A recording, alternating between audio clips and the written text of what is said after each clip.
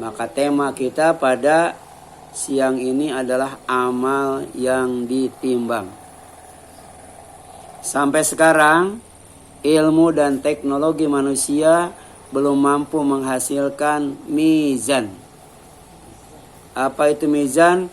Alat untuk menimbang amal.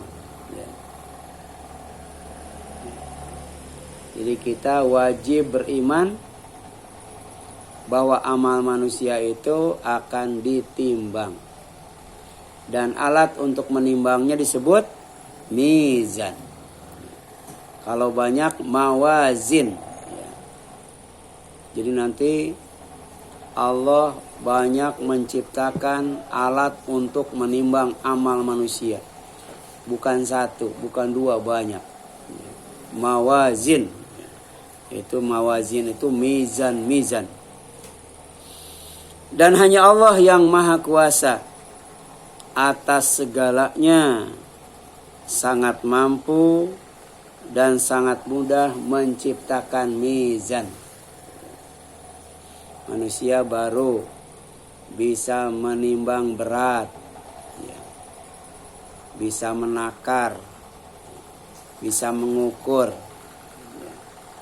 tapi belum bisa menimbang, menakar dan mengukur amal. Kalau kain diukur ya, kalau beras ditimbang atau ditakar. Kemudian alat yang disebut mizan itu oleh Allah dijadikan untuk menimbang kebaikan. Kaitannya dengan kejahatan. Jadi amal yang baik, amal yang jahat itu ditimbang. Beratan mana amal yang jahat dengan amal yang baik. Dan ini disebutkan dalam surat Al-Qari'ah.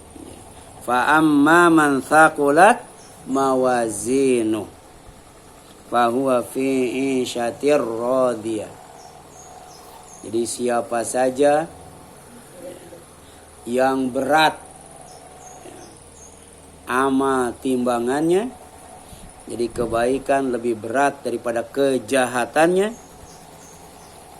fahuwa maka dia fi 'ishatir radiyah, berada di dalam kehidupan yang menyenangkan, kehidupan yang memuaskan, yaitu fi jannah, di dalam sorga, dalam sorga Allah, dalam ridho Allah.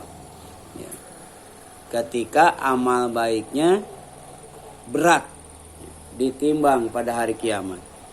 Wa amma man khaffat mawazinu, sementara siapa saja yang amal timbangannya itu ringan. Jadi amal baiknya itu ringan ketika ditimbang. Fa ummuhu hawiyah, maka tempatnya bukan di sorga, tempatnya di neraka yang bernama hawiyah. Wa ma adraka mahiyah, kamu tahu enggak Muhammad apa itu neraka hawiyah? Maka Allah kasih tahu narun hamiyah. Neraka hawiyah itu adalah api yang sangat panas. Jadi hamiyah itu panasnya di atas api yang panas. Jadi panas banget itu. Sebab nanti ada api yang dingin. Diinginnya di bawah api yang dingin. Jadi ada api yang panas banget, ada api yang dingin banget. Api yang panas banget namanya narun hamiyah. Sedangkan api yang dingin banget namanya gossaqa. Ibu bisa ngebayangkan gak ada api yang dingin banget? Kalau api yang panas banget, maka mata air yang keluar di neraka itu mata air yang panasnya luar biasa. Ya. Kalau diminum, sebelum sampai di mulut, wajah sudah gosong. Dan kalau masuk ke mulut, yang namanya usus terpotong-potong. Itu panasnya air yang ada di neraka. Tapi ternyata ada juga api yang sangat dingin. Namanya zamharir. Namanya zamhariru jahannam.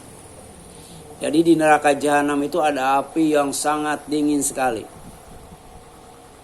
Jadi jangankan apinya, airnya juga dingin banget. Manusia jangankan dengan yang panas banget. Jangankan dengan yang dingin banget. Panas dingin aja gak kuat. Ya? Iya kan? Dikasih panas dingin gimana Bu? Apalagi dikasih panas banget. Udah gitu dingin banget. Ya. Jadi sempurna Bu. Balasan siksaan Allah bagi orang yang berbuat dosa. Ya. Bagi orang yang zalim, bagi orang yang kafir, bagi orang yang musyrik, bagi orang yang munafik, bagi orang yang fasik. Jadi nerakanya macam-macam Bu. Tapi Allah nggak zalim Bu. Amal itu diperlihatkan, kemudian dikasih catatannya, ya Bu ya. Dikasih tahu, diberitahukan, kemudian ditimbang Bu. Ya. Itu saking telitinya Bu. Ya. Hari hisab itu saking telitinya, amal baik saja ada timbangannya. Ya. Jadi kalau di dunia banyak orang yang baik masuk penjara. Sementara orang jahat bebas berkeliaran. Ya. Kalaupun di penjara, penjaranya sama dengan hotel bintang 5. Kalau di akhirat enggak Bu. Tidak ada kecurangan, tidak ada kezaliman. Ya. Kemudian yang selanjutnya alat untuk menimbang amal baik dan amal buruk manusia ukurannya sangat besar Bu. Ukurannya sangat besar. Besar banget, luas banget Bu. Mizan itu ya tidak seperti timbangan beras Bu. Apalagi timbangan kue, timbangan emas. Ini timbangan amal Bu. Ya. Berapa banyak manusia yang ditimbang sejak Nabi Adam sampai hari kiamat. Berapa banyak timbangannya. Tapi satu timbangan beratnya luar biasa. Dan lebarnya, luasnya juga luar biasa. Dan ini digambarkan oleh Rasulullah sallallahu alaihi wasallam. Yudha'ul mizan yaumal qiyamah falau wuzina fihi samawati wal ar lawasi'at katanya. Ya. Jadi nanti akan diletakkan timbangan pada hari kiamat. Kalau timbangan itu dipakai nimbang langit dan bumi, timbangan itu masih luas Bu. Bu, langit dan bumi itu seluas apa Bu? Langit dan bumi itu seberat apa? Ditimbang di mizan tuh kecil Bu. Saking apanya Bu? Saking besarnya. Ibu timbangan kue pakai nimbang terigu sekarung bisa nggak? Gimana tuh Bu? Rusak. Timbangan emas tuh pakai nimbang beras, rusak itu. Ya. Ini timbangan yang diciptakan oleh Allah, bisa dipakai nimbang langit, bisa dipakai nimbang bumi, bisa dipakai nimbang gunung, bisa dipakai nimbang arash Bu. Makhluk Allah yang paling berat itu arash.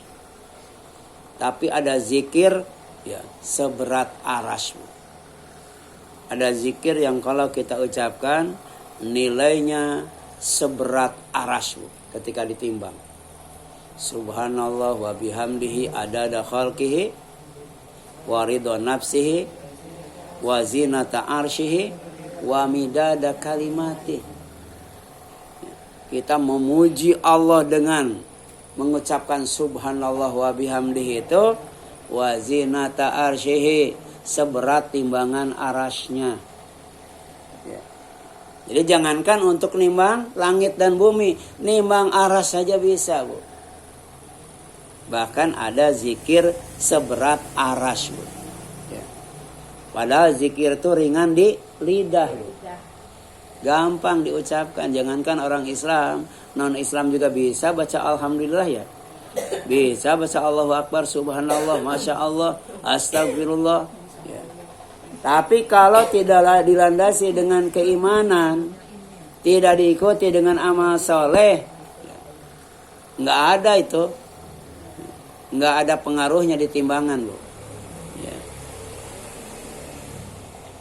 Kemudian yang selanjutnya, Bu, itu hadis riwayat Hakim disahihkan oleh Syekh Albani, bahwa timbangan yang diciptakan oleh Allah untuk menimbang amal manusia itu sangat berat dan sangat besar. Ya, bisa dipakai nimbang langit, bisa dipakai nimbang aras. Kemudian dalam sebuah hadis bahwa betis Ibnu Mas'ud yang sangat kecil, sangat tipis, ternyata ketika ditimbang nanti kata Rasul akan lebih berat daripada gunung Uhud.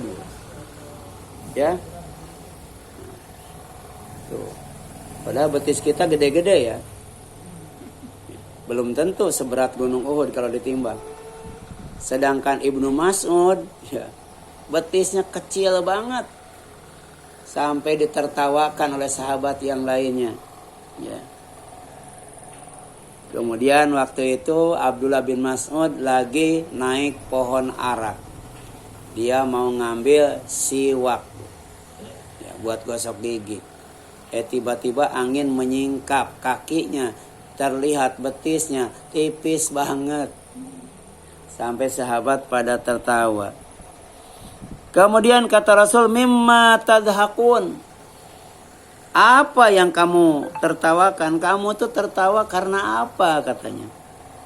Kalau para sahabat menjawab, ya Nabi Allah, wahai Nabi Allah, min diqqati saqaihi. Kami tertawa menertawakan kedua betis Ibnu Mas'ud. Saking tipisnya ditertawakan. Faqala, maka Rasul bersabda, walladzi nafsi biyadihi lahuma athqalu fil mizan min Uhud, katanya.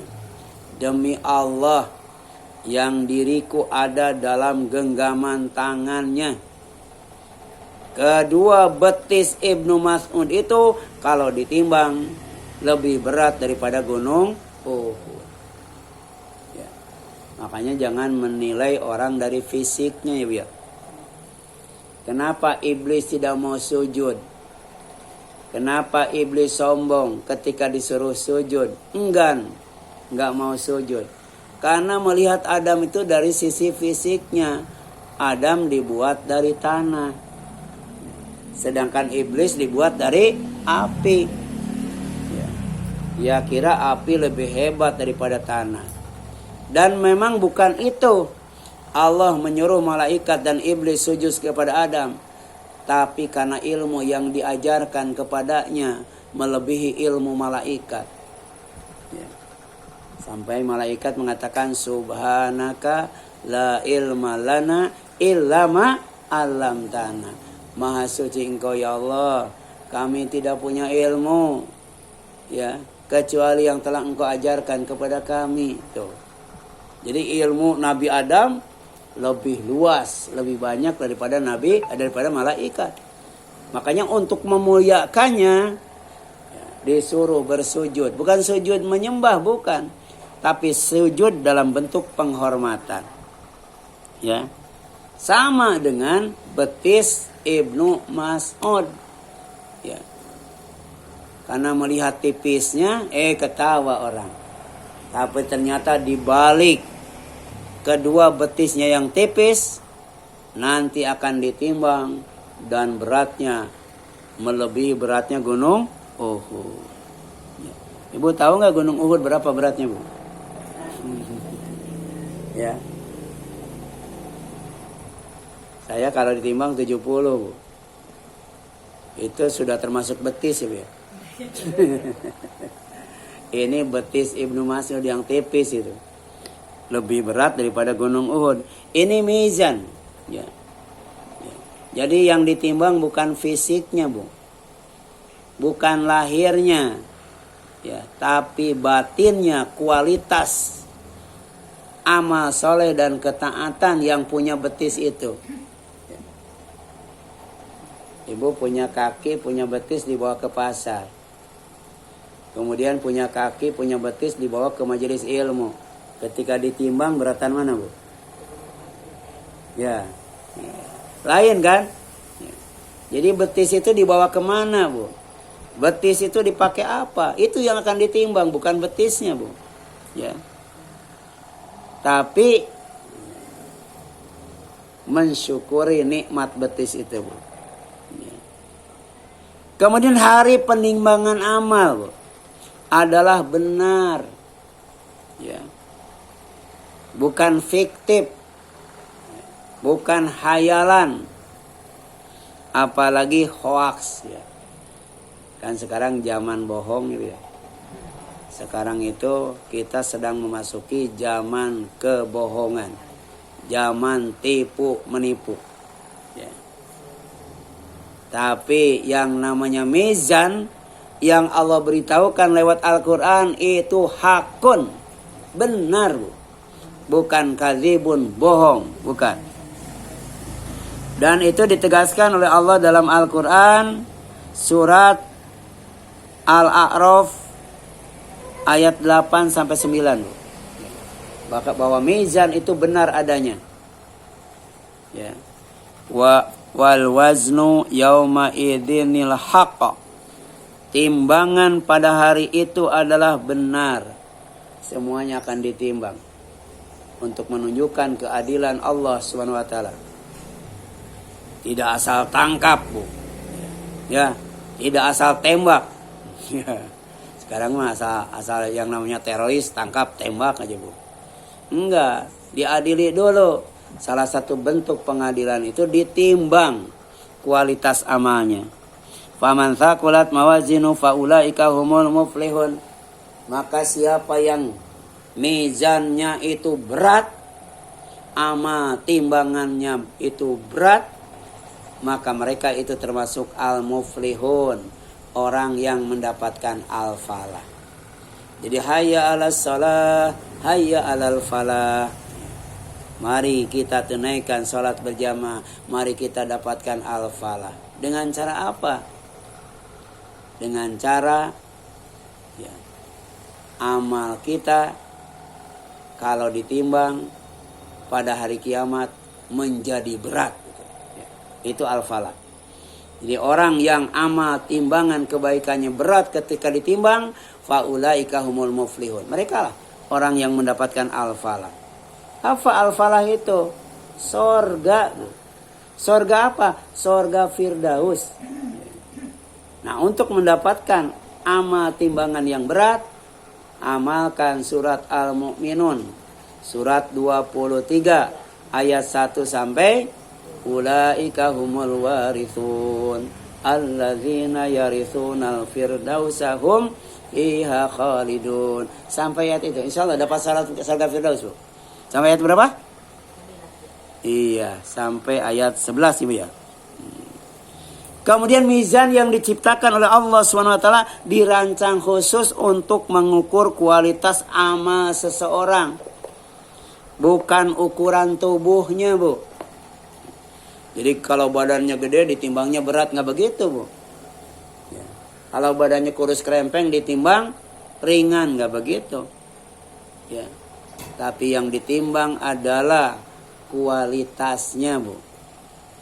Sebagaimana disabdakan oleh Rasulullah sallallahu alaihi wasallam, innahu sesungguhnya La ya'ti rajul, bakal datang seorang al-azim, yang besar, yang tinggi besar, as-samin, lagi gemuk, tinggi besar gemuk.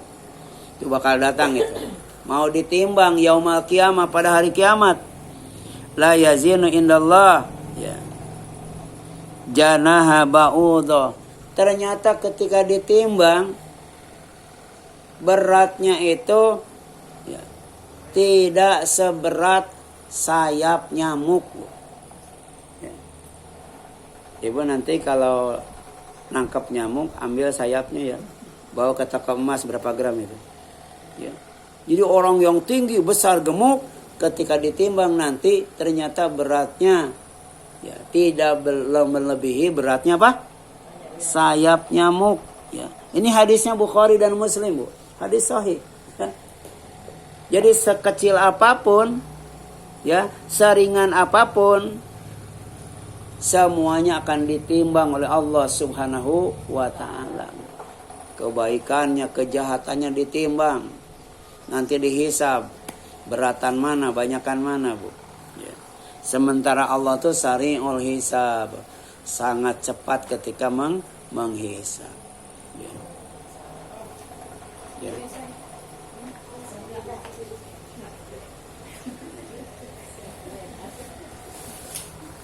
Ibu, sejak majelis taklim Ummahat Kindergarten didirikan sampai sekarang, itu langkah kaki ibu dihitung, Bu. Iya.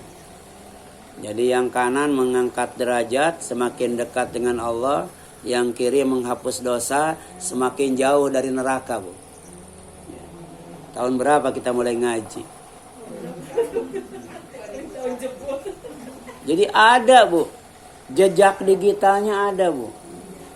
Ya. Yang jalan kaki, yang naik motor, yang naik sepeda, bagi Allah enggak susah, Bu. Menghisabnya enggak susah, nimbangnya juga enggak susah. Kira-kira yang naik motor dengan yang jalan kaki, beratan mana kalau ditimbang? Beratan yang naik motor, Bu. Berat tuh motornya aja berapa. Tapi yang ditimbang bukan motornya, bukan kakinya, tapi kualitasnya. Ya.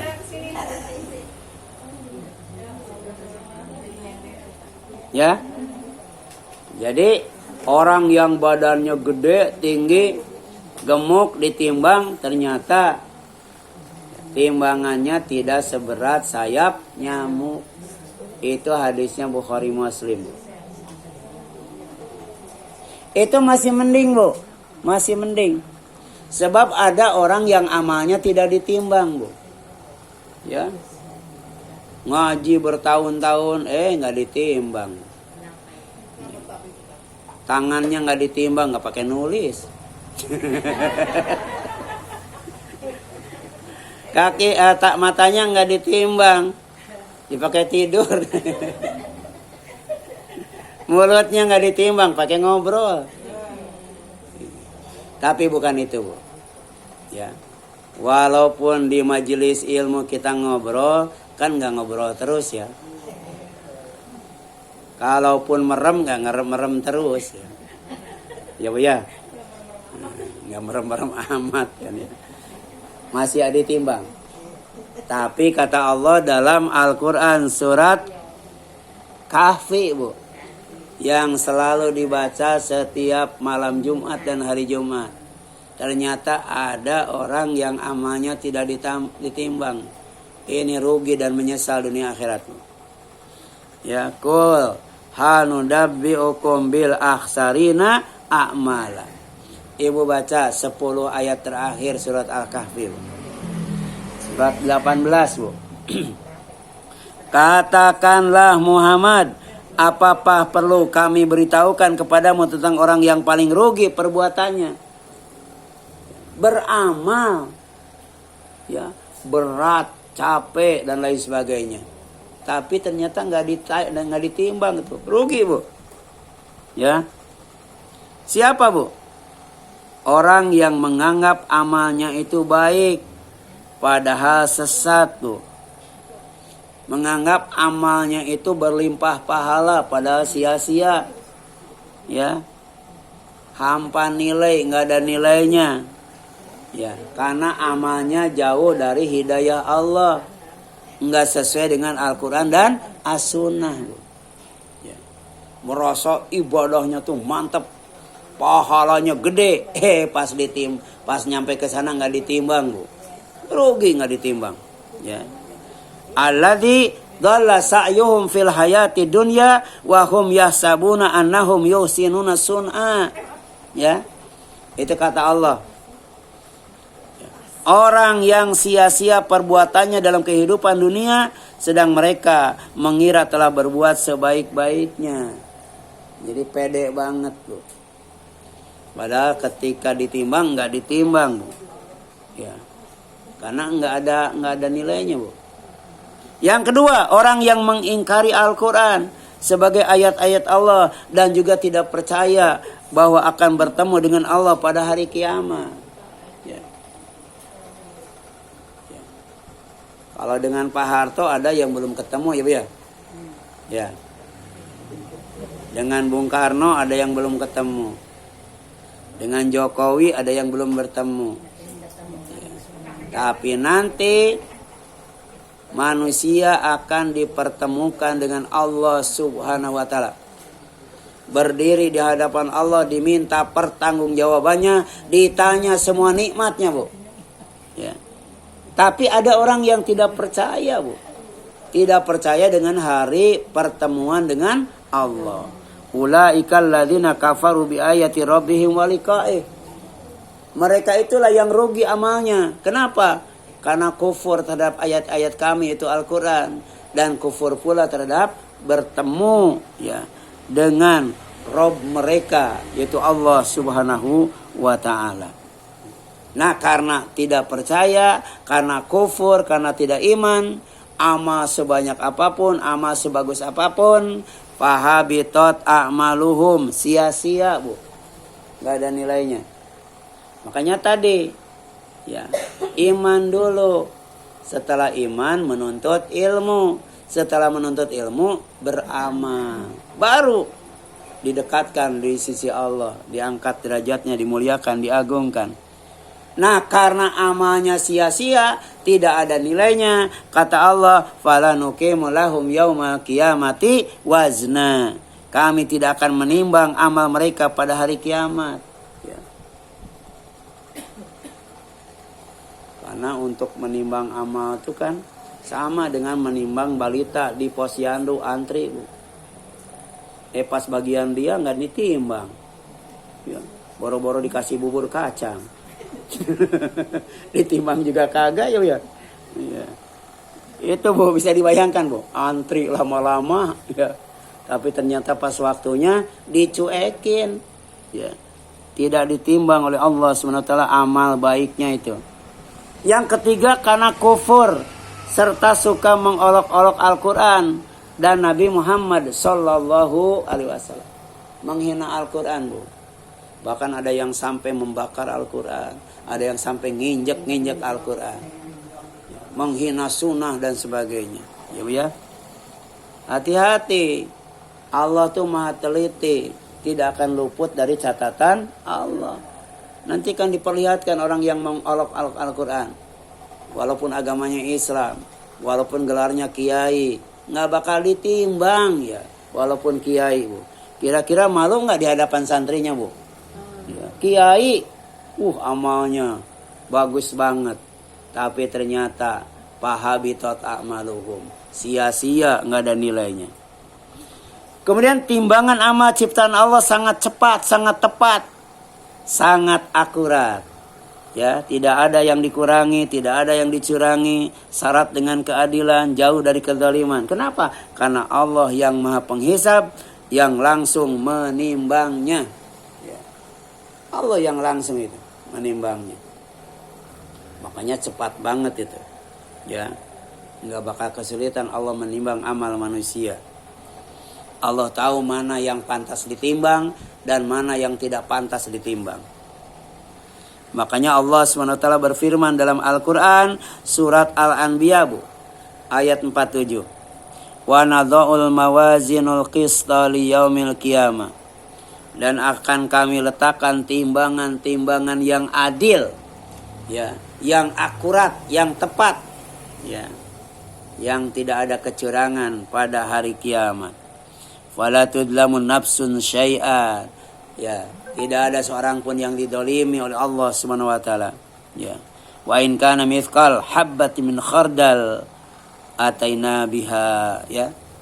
Kalau ada orang yang beramal seberat biji sawi, sekecil biji sawi, pasti akan kami bawakan itu amal. Diperlihatkan bu, di hadapan orang. Walaupun mungkin kita sudah lupa dengan amal itu ya. Baik amal baik ataupun amal buruk. Kita sudah lupa. Tapi oleh Allah dibawakan nih amal kamu. Dari mulai amal yang paling besar sampai amal yang paling kecil. Dari mulai amal yang paling berat sampai amal yang paling ringan. Wa kafa bina hasibin. Dan cukup kamilah Allah katanya. Kata Allah. Sebagai penghisab. Ya. Yang menghisabnya adalah Allah SWT. Ya. Nah dalam hadis riwayat Bukhari bu. Disebutkan. Ya. Disebutkan dalam hadis riwayat Bukhari. Bahwa berzikir kepada Allah termasuk amal yang ringan di lisan tapi berat ditimbang bu. Ya. Jadi dari sekian banyak zikir bu, ada 2 kalimat zikir, 2 bacaan zikir ya yang ringan di lisan, gampang diucapkan, tapi sangat berat ditimbang. Dan kedua kalimat zikir itu bisa mendatangkan cinta Allah Subhanahu wa ta'ala. Ya. Jadi kata Rasulullah SAW, kalimatani khafifatani ala lisani, ya, thaqilatani fil mizan, habibatani ila rahman. Ada 2 kalimat yang sangat ringan di lisan, sangat berat ditimbang, tapi kemudian sangat mendatangkan cinta Allah. Sangat dicintai oleh Ar-Rahman. Itu Allah SWT. Apa itu? Apa bu? Subhanallah wa bihamdi. Subhanallahil azim. Ya. Bu, banyak-banyaklah baca itu. Supaya kita mendapatkan al-falah bu. Ya. Subhanallah wa bihamdi. Subhanallahil azim. Daripada nimang anak pakai nina bobo, mending pakai itu bu. Subhanallah wa bihamdi. Subhanallahil azim. Subhanallah, luar biasa bu. Daripada nina bobo kalau tidak bobo digigit nyamuk, ya. Itu mah nggak bakal ditimbang yang begitu mah bu. Yang bakal ditimbang apa? Zikir. Zikir yang mengundang cinta Allah. Subhanallah wa bihamdi. Maha suci Allah dengan memujinya. Subhanallahil azim. Maha suci Allah yang maha agung, maha besar. Ya. Kemudian ada zikir yang kalau dibaca setara dengan zikir dimulai setelah sholat subuh selesai sampai waktu duha bu. Sekitar 1,5 jam bu.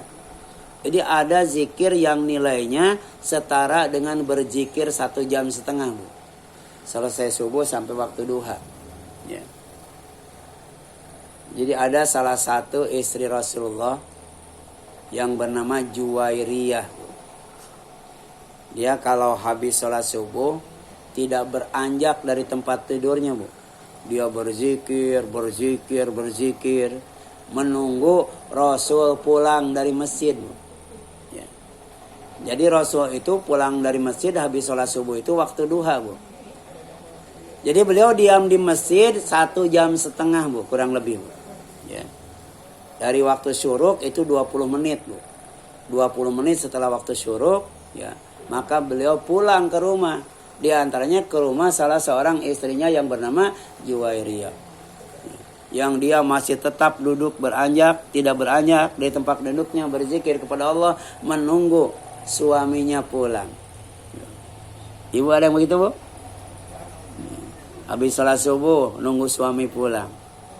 nggak pulang-pulang. Ternyata suaminya tidur, nggak ke masjid. Nggak pulang-pulang dari masjid. Ternyata nggak ke masjid. Ketiduran. Apa doanya, Bu?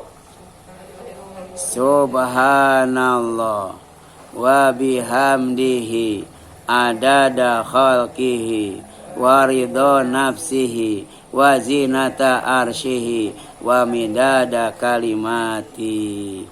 Maha suci Allah, aku memujinya sebanyak makhluknya, sesuai keriduannya, seberat timbangan arasnya, dan sebanyak tinta yang dipakai untuk menulis kalimatnya. Hadisnya riwayat Muslim, Bu.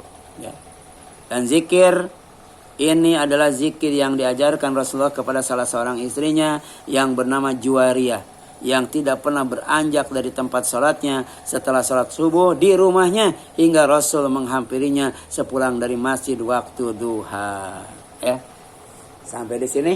Ya, insya Allah kita lanjutkan kalau ada waktu, ya, ada umur.